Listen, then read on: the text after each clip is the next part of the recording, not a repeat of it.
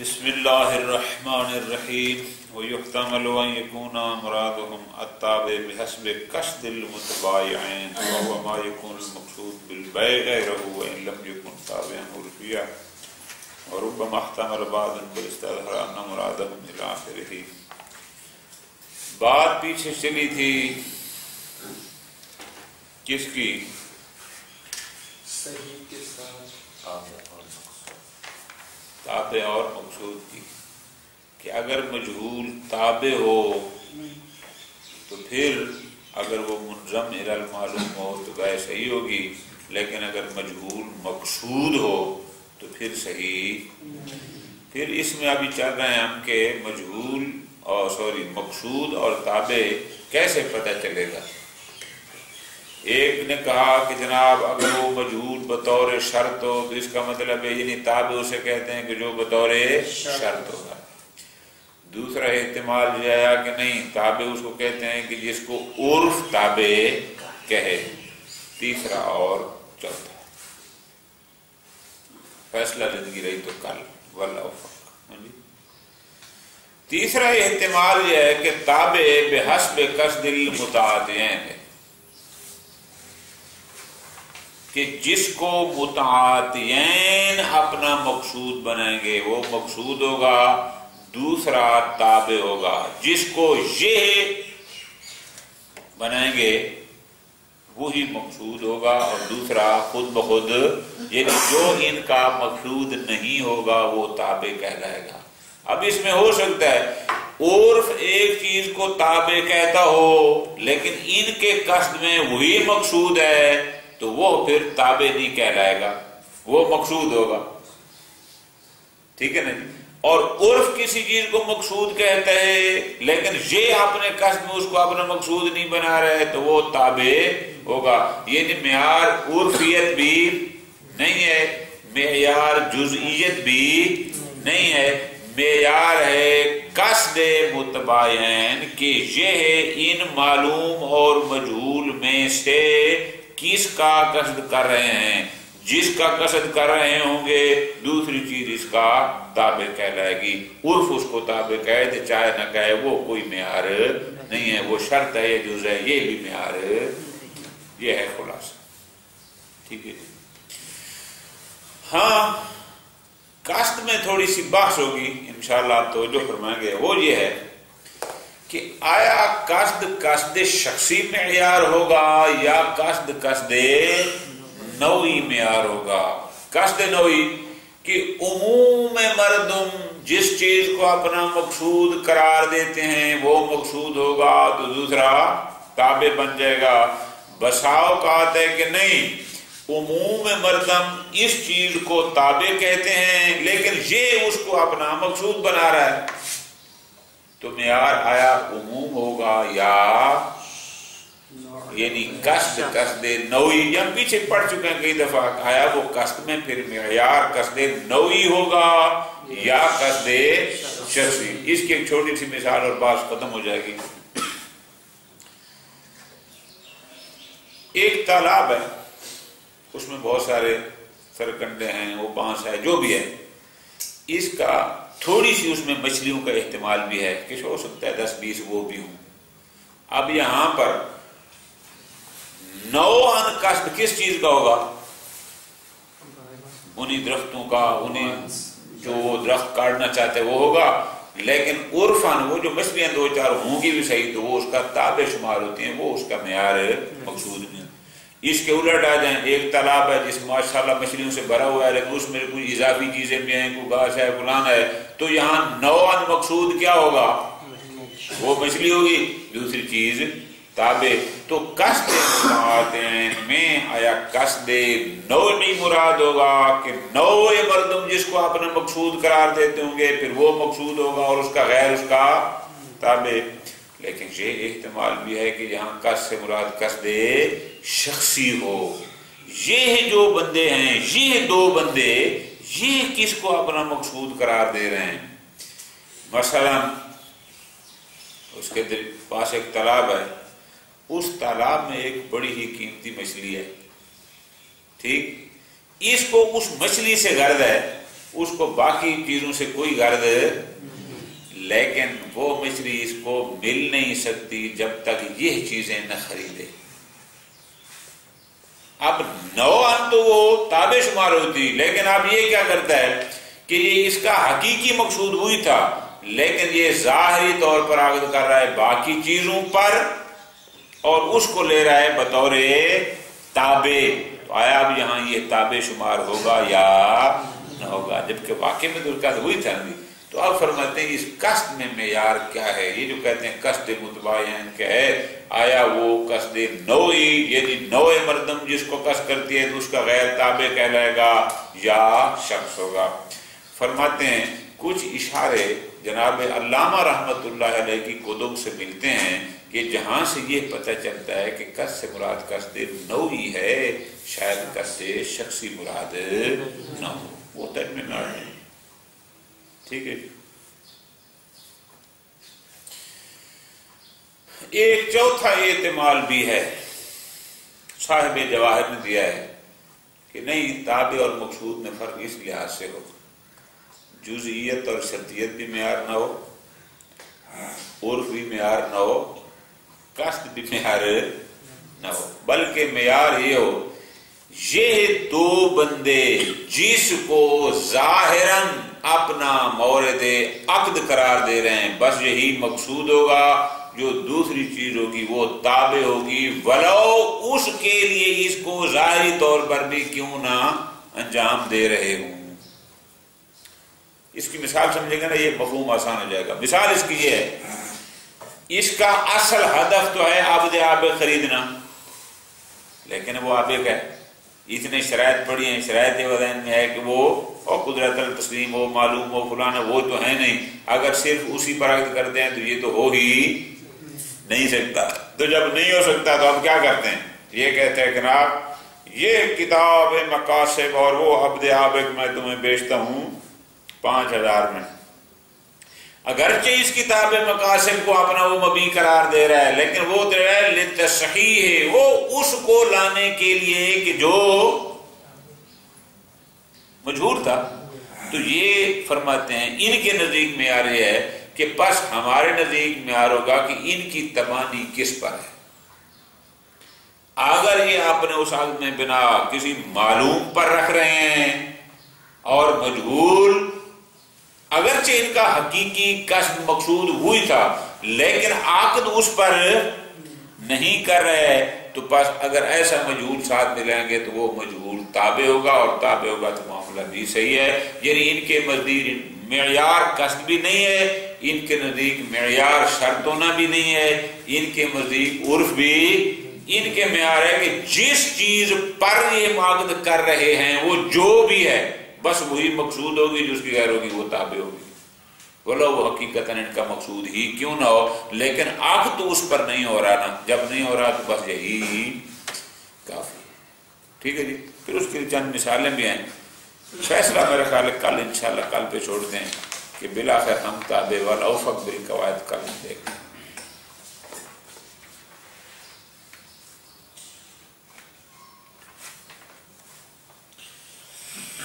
وَيُحْتَمَلْ تیسرا احتمال، او تابع اور مقصود کے فرق میں کہ تابع کسے کہتے ہیں؟ فرماتے ہیں ایک احتمال یہ بھی ہے کہ ان یکون مرادہم، کہ ان کی تابع سے مراد بزرگان کی وہ نہ ہو کہ جو ہم نے وہ کل بات کی تھی، اور تابع عرفی والی، بلکہ معیار کیا ہو؟ التابع بحسب قصد المتباعین، کہ معیار بنائیں گے ان کے قصد کو، ٹھیک ہے نا، یہ اپنے قصد میں کس چیز کو مبی بناتے ہیں تو جو دوسری ہوگی وہ خود بخود اس کا تابع قرار پائے گی، چاہے وہ عرفاً تابع نہ بھی ہو۔ اس سے فرق التابع بحسب قصد یعنی ما یکون المقصود بالبیع غیرہ، کہ جو مقصود بالبیع کا غیر ہوگا وہ کہلائے گا تابع، وَإِن لَمْ يَكُنْ تَابِعًا عُرْفِيًا، چاہے وہ عرفاً تابع نہ بھی ہو۔ مثال بہت آسان تھی، کمن اشترا کسب العاجام، کہ اگر ایک شخص قصد کرتا ہے، اصل خریدنا چاہتا ہے اس وہ جو چھپڑ ہے یا جو تالاب ہے اس کے سرکنڈوں کو، بانسوں کو، لکڑیوں کو وہ خریدنا چاہتا ہے. وَكَانَ فِيهَا قَلِيلٌ مِّنَ السَّمَكِ، اور اس میں تھوڑی بہت مچھلیاں بھی ہیں. اب عرفاً مچھلی کوئی ان کے تابع ہوتی نہیں ہے، لیکن چونکہ اس کا مقصود بالبیع نہیں ہے لہذا بس وہ تابع ہوگی. چونکہ اس کا قسم خریدنا تھا، سما خریدنا نہیں تھا. بہت آسان. اس طرح الٹ کر لیں اس کا. اب اس طرح سما کا راجام، اس کا درسا کہ نہیں ہوئی مچھلیاں خریدنا، لیکن وہاں تھوڑے بہت قسم سرگنڈے وغیرہ بھی تھے، اگر وہ بھی اس معاملے میں ساتھ آ جاتے ہیں، اگرچہ وہ کوئی تابع عرفاً شمار نہیں ہوتے مچھلیوں کے، لیکن چونکہ ان کے مقصود بالبیع نہیں ہے تو جو چیز ان کا مقصود بالبیع نہ ہوگی بس وہی قصد ہوگی. معیار عرفاً تابع ہونا یا نہ ہونا نہیں ہے، لہذا بس وہ تابع ہے. وَهَذَا أَيْضًا، فرماتے ہیں اس قصد میں بھی البتہ یہ خیال رکھنا ہوگا کہ دو قسم کا ہوتا ہے. قَدْ يَكُونُ بِحَسْبِ النَّوْعِ، کبھی وہ مقصود یعنی قصد میں قصد نوعی معیار ہوتا ہے. وَقَدْ يَكُونُ كَذَلِكَ، اور کبھی کبھی شخص، کبھی ہوتا ہے کہ نوع مردم کس کو مقصود قرار دیتی ہے، اور کبھی ہے کہ نہیں یہ شخص کس کو اپنا مقصود بالبیع قرار دے رہے ہیں. مثال، من اراد سمک القلیل لعجل حاجت، جیسے میں نے آپ کو مثال دی بہت آسان سی کہ اس بندے کو اس میں سے ایک خاص ایک یا دو مچھلی ضرورت تھی کسی مجبوری کے لیے جو خاص نسل کی تھی یا کوئی اور وجہ تھی اس کو وہ چاہیے تھی. لیکن لم یتحیل له شراء، لیکن اس کو وہ ایک خاص مچھلی ایک دو دانہ بیچنے کے لیے تیار ہے. الا فی ضمن کسب العجم، وہ کہتے ہیں نہیں جناب یہ سارا چھپڑ درختوں سمیت سب لو تو جو بھی اس میں لے لو ویلا نہیں ہے. تو اب یہاں پر مقصود شخصی کیا ہوگا؟ وہ ایک حالانکہ مقصود نوعی تو قلیل کو مقصود نوعی. اب یہاں پر بسا اوقات فرق یہ ہوتا ہے کہ آیا قصد نوعی یا قصد شخصی، یعنی شخص کا جو مقصود ہے جو اس کا غیر مقصود ہوگا وہ تابع ہوگا، یا کہ نہیں نوع قصد کو دیکھنا ہے کہ نوعاً لوگ کس چیز کو مقصود بناتے ہیں اور کون سی چیز اس کے غیر مقصود شمار ہوتی ہے. والاول هو ظاہر من مواضع من المختلف، علامہ کی مختلف سے جو لگتا ہے کہ نہیں اس قصد سے مراد قصد نوعی ہے، قصد شخصی مراد کہ نوع مردم جس چیز کو اپنا مقصود قرار دیتی ہے وہ مقصود ہوگی اور دوسری چیز ہوگی اس کا تابع جو ان کا مقصود نہ ہوگی. مثلا غور فرمانا ہے فی بیع لبن فی الزرع مل محلوب منہ، کچھ دودھ ہے جو اس نے جانوروں کا نکالا ہوا ہے اور کچھ ہے جو ابھی تک گھر میں باقی ہے. اچھا حیث حمل روایت شمار متقدمہ، اور وہ اس روایت کو بھی حمل کرتے ہیں کس پر؟ الا ما اذا کان المحلوب یقارن ثمنا ویسیر اصلا، کہ جو دودھ نکالا ہوا ہے وہ بہت تھوڑا نہیں ہے، وہ دودھ بھی اتنا ہو کہ جو ثمن اس نے دیا ہے اس کے قریب قریب ہو. یعنی مقصد کیا ہے کہ اگر اس نے دیا ہے 100 روپیہ تو وہ جو دودھ نکالا ہوا ہے وہ بھی کم از کم 80-90 کی مالیت کا ہو. ایسا نہ ہو کہ وہ 5 روپے کا اور اس کو ثمن دے رہا ہو وہ 100 روپے، ایسا نہ ہو. تو بس فرماتے ہیں یہ مقصود ہوگا اور جو قریب قریب تھا ثمن کے، گویا کہ ان کا مقصود ہی یہی تھا جو محلوب ہے. وَالَّذِي فِي الزَّرْعِ تَابِعًا، اور جو ابھی تک اس کے دروع و ضرور میں باقی ہے وہ تابع شمار. کیوں؟ چونکہ نوع مردم ایسے ہی کرتے ہیں. ٹھیک ہے نا جی، کہ اگر وہ 100 روپے دیتے ہیں تو جو ان کے ہاتھ میں آ رہا ہوتا ہے وہ قریب قریب ہوتا ہے، نہ کہ 5 روپے والے کے بدلے میں 100 دے دیں باقی معافی ضرور. وہ کہتے ہیں یہ مراد ہے. اچھا اس طرح ایک اور مسئلہ ہے، مثلا قال فی مسئلۃ بیع ما فی بطون الانعام مع الذمیمہ، یہ جو حمل ہوتا ہے جو ابھی جانوروں کے پیٹ میں ہے اور بچے پیدا نہ ہوئے وہ کہتے ہیں کہ مع الذمیمہ بیچنا جائز ہے. تو وہاں پر علامہ کی عبارت یہ ہے والمعتمد ان نقول، جو قابل اعتماد چیز کہ جو ہمیں اس مسئلہ میں کہنے چاہیے وہ ہمارا نظریہ یہ ہے ان کان الحمل تابعا، اگر حمل تابع تھا یعنی ان کا مقصود وہی اصل انعام تھے اور حمل تابع تھے تو صح البیع صحیح ہے. پھر آگے مثال دیتے ہیں کیسے پتہ چلے گا کہ جناب یہ حمل اس کا تابع ہے. مثال دیتے ہیں کما جیسا کہ لو باع الام وحملها، خود ماں اور حمل اس کو بیچتا ہے. او باہو ماں یقصد مثلہ، یا اس کی ماں نے ادھر اس کا حمل اور کوئی اور ایسی چیز کہ جو اس کے ثمن المثل ہونے میں اس جیسی ہے کہ وہ بھی تقریباً اسی قیمت میں بازار میں بکتی ہے، وَضَمَّ الْحَمَلِ اور ساتھ اس کے یہ حمل کو بھی ملا دے، فَحَاذَا لَا بَاسَ اگر ایسا ہے تو اس میں کوئی حد نہیں ہے، ورنہ وہ بیع باطل ہوگی۔ یعنی اس نے کہا ہے کہ یہ گائے اور اس کا بچہ فرق کرو، یہ دے رہا ہے 10,000 میں، تو دیکھا جائے گا کہ اگر بچے سے ہٹ کر یہی گائے یہ بھی کو 8-9 ہزار کی حد تک ہے، پھر تو یہ معاملہ صحیح ہے، لیکن یہ اتنی بھی نہیں ہے تو پھر باطل ہوگی۔ خوب، تو بس یہاں تک ہم نے یہ سمجھا کہ اس کا سے مراد قصد نوع ہی ہے، گویا کہ مراد کے نوع مردم جس کو مقصود قرار دیتے ہوں گے وہ مقصود ہوگا اور اس کا غیر تابع ہوگا۔ وعمر احتمال ثانی، لیکن ایک احتمال اور بھی تھا کہ یہاں قصد سے مراد قصد کہ اس شخص کا جو مقصود ہوگا وہ مقصود ہو اور دوسرا تابع ہو، ولو لوگوں کا عموماً وہ مقصود ہی کیوں نہ ہو۔ فرماتے ہیں عمل احتمال ثانی یعنی کیا مطلب، یعنی آنی مراعات الغرض شخصی، کہ معیار ہم غرض نوعی کو نہ بنائیں بلکہ متباین کی غرض شخصی کو معیار بنائیں۔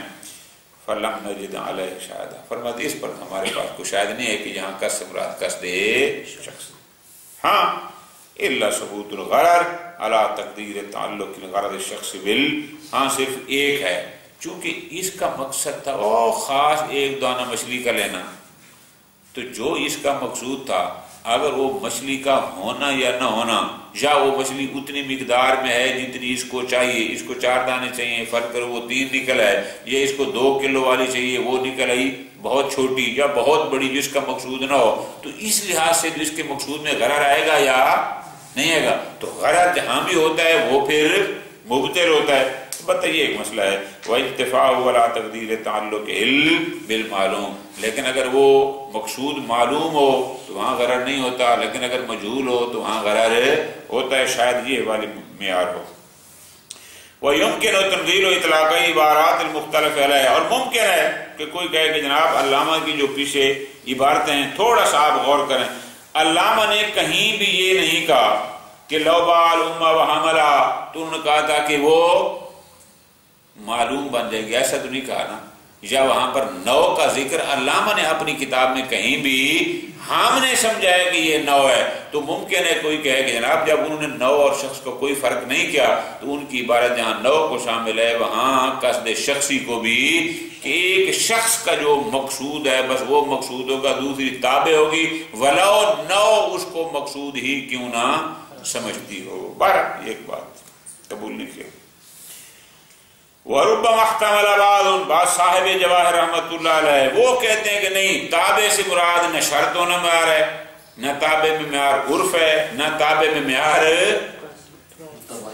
نہیں قصد مطابق، بلکہ معیار کیا ہے، تابع کا مطلب ہے بل استظہرا، پھر یہ تھوڑا بل کو سمجھا کرو، یعنی پہلے احتمال کے بعد فرماتے ہیں احتمال بھی نہیں، بلکہ صاحب جواہر نے تو خود کہا ہے وَظَاهِرُهُمْ، کہ علماء کی عبارات سے لگتا ہے کہ وہ تابع کس کو سمجھتے ہیں، وہ کہتے ہیں ان مرادہم بکون المعلوم مقصودا والمجہول تابعا، معیار کیا دیا کہ وہ معیار یہ ہے کون المقصود بالبیع ذالکل، کہ مقصود بالبیع وہی معلوم ہو۔ کیا مطلب معلوم کا؟ اس کا مطلب یہ ہے بِمَعْنَ الْإِقْدَامِ مِنْهُمَا، کہ یہ بائع اور مشتری جس معاملے پر اقدام کر رہے ہیں، جس چیز کو اپنا مبیع قرار دے رہے ہیں، وہ کیا ہے عَلَىٰ أَنَّ الْمَبِيعَ الْمُقَابِلَ بِالثَّمَنِ هَٰذَا الْمَعْلُومِ، یہ نہیں کہ وہ آیا عرفاً تابع ہے یا نہیں ہے، یہ نہیں کہ اس کے قصد میں کیا ہے، یہ نہیں کہ وہ شرط ہے یا نہیں، بلکہ نہیں، جس چیز کو وہ اپنی ثمن کا مقابل قرار دے رہے ہیں ظاہراً بس وہ معلوم ہوگا اور دوسری چیز اس کی مجہول ہوگی، ان کے دل میں آ رہا ہے۔ وَإِن سُمِّيَا ذَمِيمًا، چاہے عرف اس کو تابع کہتا بھی ہے، عرف اس کو ذمیمہ کہتا بھی ہے، ہم کہتے ہیں کہ یہ ذمیمہ نہیں ہوگی، ذمیمہ وہ ہوگی کہ جو مقابل ثمن نہیں ہوگی۔ تھوڑی اس کی مثال آئے گی تو واضح ہو جائے گا کیوں؟ لَكِنَّهُ الْمَقْصُودُ فِي تَصْحِيحِ الْبَيْعِ، لیکن یہ اس در حقیقت اسی کو صحیح کرنا چاہتے ہیں۔ کیا مطلب؟ مطلب یہ ہے کہ ہدف حقیقی تو اس کا تھا عبد عابد کو خریدنا، لیکن اس کو پتہ ہے کہ جب تک آپ عابد ہے وہ معلوم الوجود ہے، وہ معلوم المقدار صفات نہیں ہے، اور جو غائب چیز ہے وہ مقدور بھی نہیں ہے، تو وہ مبیع ہو نہیں سکتا۔ تو یہ اس کو ٹھیک کرنے کے لیے کسی ایک معلوم چیز کو ساتھ ملاتا ہے، تو فرماتے ہیں بس یہ جس چیز پر معاملہ کر رہے ہیں نا، یہ ہوگی، دوسری ہوگی تابع، ٹھیک ہے نا؟ اب یہ جس کو ملا رہا ہے، ولو اس کا لوگ نام ذمیمہ بھی کیوں نہ رکھیں، لوگ اس کو بے شک تابع کہتے رہے ہیں، معیار یہ ہے کہ یہ اقدام کس پر کر رہے ہیں۔ ہو سکتا ہے اسی کو ٹھیک کرنے کے لیے انہوں نے یہ کیا ہو کہ اگر یہ ساتھ ملائیں گے تو پھر یہ معاملہ ہمارا صحیح ہو جائے گا۔ ولا ینافی، یہ سوال مقدر کا جواب ہے۔ سوال مقدر کیا ہے کہ جناب آپ کے نزدیک تو پھر یہ ہو گیا کہ اس کا مقصود حقیقی تو تھا فرق اور غلام خریدنا، اور اس کو ٹھیک کرنے کے لیے وہ ساتھ کتاب کو بھی ملا رہا ہے، تو ہم کہیں گے جو اس کا مقصود تھا وہ تو مجہول ہے نا، جو اس کا حقیقی مقصود ہے وہ تو مجہول ہے، اس میں تو غرر ہے، تو جس میں غرر ہوتا ہے وہ تو معاملہ صحیح نہیں ہوتا۔ بے شک کتاب کو ملا رہا ہے لیکن کتاب اس کا مقصود نہیں، اس کو تو معاملے کو ٹھیک کرنے کے لیے ساتھ ایڈ کر رہا ہے۔ تو جواب میں کہتے ہیں ولا ینافی کون المقصود بالنسبت الی الغرض ما فیہ، آپ یہ نہ کہیں کہ اس کی غرض کا جو حقیقی مقصود تھا وہ تو مجہول تھا، کہ جو غرر آور ہے، تو جہاں مقصود میں غرر ہو وہ تو معاملہ صحیح نہیں ہوتا، کتاب کو دوسرے ویسے ہی ساتھ ملا دیا تھا۔ فرماتے ہیں نہیں، یہ اس کا ہے منافات میں لگتا ہے۔ کیوں؟ نظیر ما یستعملہ بعض النار فی التخلص من المخاصمۃ بعض علیہ، فرماتے کیسے کہ بہت سارے لوگ بعد میں کسی لڑائی جھگڑے سے بچنے کے لیے کوئی اور اضافی چیز بھی ایک ساتھ ملا دیتے ہیں ظاہری طور پر، اور دوسری چیز کو بطور ذمیمہ لے لیتے ہیں۔ کہاں پر؟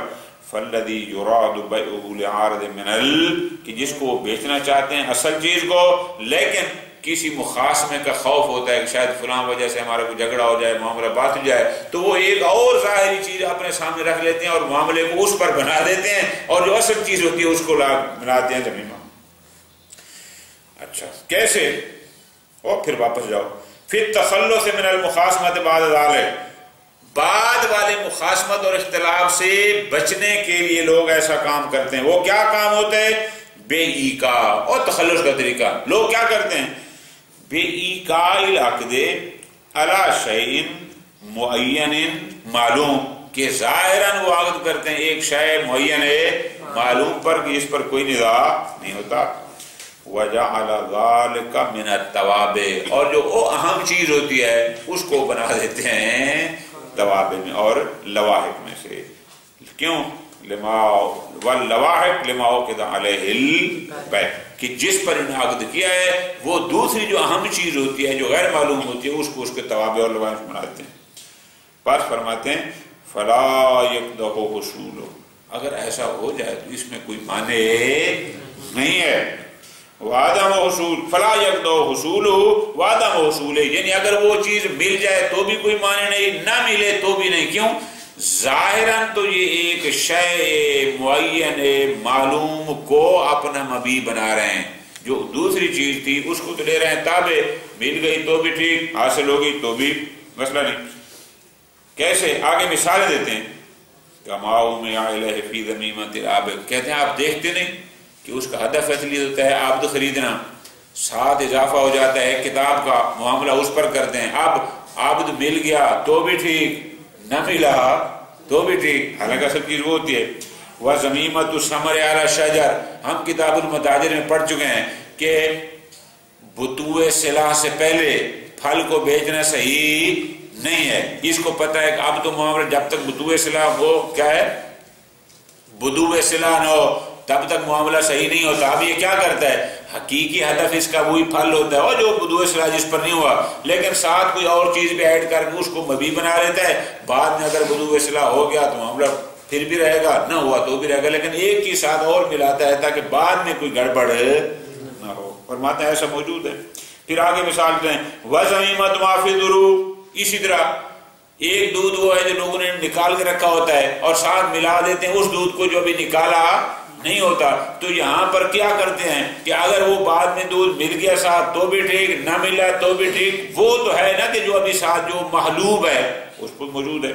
وَمَا فِي الْآجَامِ، اسی طرح یعنی مقصد کیا ہے ان کے نزدیک، اس پیرے کا مقصد کیا ہے کہ گویا یہ تابع میں معیار قرار دیتے ہیں ان کے اقدام کو، کہ وہ جس پر اقدام کر رہے ہوں گے بس وہی مقصود ہوگا اور دوسرا تابع ہوگا۔ اب عرف اس کو تابع کہے یا نہ کہے، عرف اس کو ذمیمہ کہے یا نہ کہے، یہ ان کا مقصود نہیں ہوتا، جس کی مثالیں وہ یہ دیتے ہیں۔ جناب شیخ فرماتے ہیں وَلَا يَخْفَى أَنَّهُ لَمْ تُوجَدْ عِبَارَةٌ مِّنْ عَبَائِرِهِمْ تَقْبُلُ هَذَا الْحَمْلِ، مجھے تو ان فقہا کی عبارات سے یہ والا مفہوم نظر نہیں آتا جو صاحب جواہر نے ان سے، کہ ان کے نزدیک معیار ہے ان کا اقدام، کہ وہ خود کس کو اپنا وہ متعلق عقد بنا رہے ہیں، مجھے تو ان سے نظر نہیں آتا۔ ہاں اِلَّا أَن يُرِيدَ بِالتَّابِعِ، ہاں اگر ان کی مراد تابع سے یہ ہے کہ وہ مجہول شرط ہو اور معلوم مشروط ہو، تو اس کا مطلب پھر ان کا نظریہ اور علامہ کا جو قواعد اور تذکرہ میں تھا وہ بھی تو یہی شرط اور جز کی بات کر رہے تھے، پھر وہ ہوگا وَلَا أَظُنُّ إِرَادَةَ ذَلِكَ، لیکن مجھے لگتا ہے کہ صاحب جواہر شرط اور جز والی بات کیوں؟ چونکہ اس لیے کہ آگے جو روایات نقل کرتے ہیں نا وہ ضمیمے والی کرتے ہیں، وہ شرطیت اور جزیت والی بات ہی نہیں کرتے۔ ٹھیک ہے جی، تو یہ ہو گئے 4 احتمال کہ تابع سے مراد علماء کی کیا ہے۔ والاوفق انشاءاللہ کل کے بالآخر فیصلہ کیا ہوگا۔